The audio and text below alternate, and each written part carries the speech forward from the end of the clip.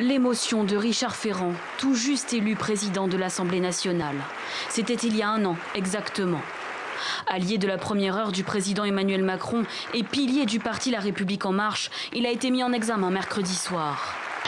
On est à un stade aujourd'hui de mise en examen. On estime que M. Ferrand n'a plus la sérénité requise pour exercer les fonctions qui sont celles du 4e personnage de l'État français.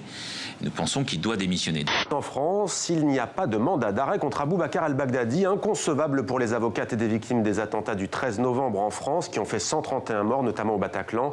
Ces avocates réclament aujourd'hui qu'il soit jugé. À ce jour, ces mêmes juges d'instruction ont déjà mis en examen 20 suspects, des Français et des Belges pour la plupart. On lui reproche surtout d'être un leader de l'opposition algérienne. Il a été incarcéré il y a quelques heures à la prison de Koléa à Alger, accusé surtout par le chef d'inculpation de démoralisation de l'armée. Aujourd'hui, c'est une autre étape. L'ouverture à la libre consultation du public des archives de l'État de cette affaire réjouit la famille, même si le président français n'a pas totalement tenu sa promesse de rendre publiques toutes les archives de l'État concernant les disparus de la guerre d'Algérie. Pour Afif, comme pour beaucoup de jeunes Tunisiens, le foot c'est le seul moyen de s'en sortir. Il n'y a pas d'avenir. Ils ont fait la révolution pour rien. Elle devait changer notre vie, mais il ne se passe rien. Mais on a juste le chômage, des problèmes et la misère.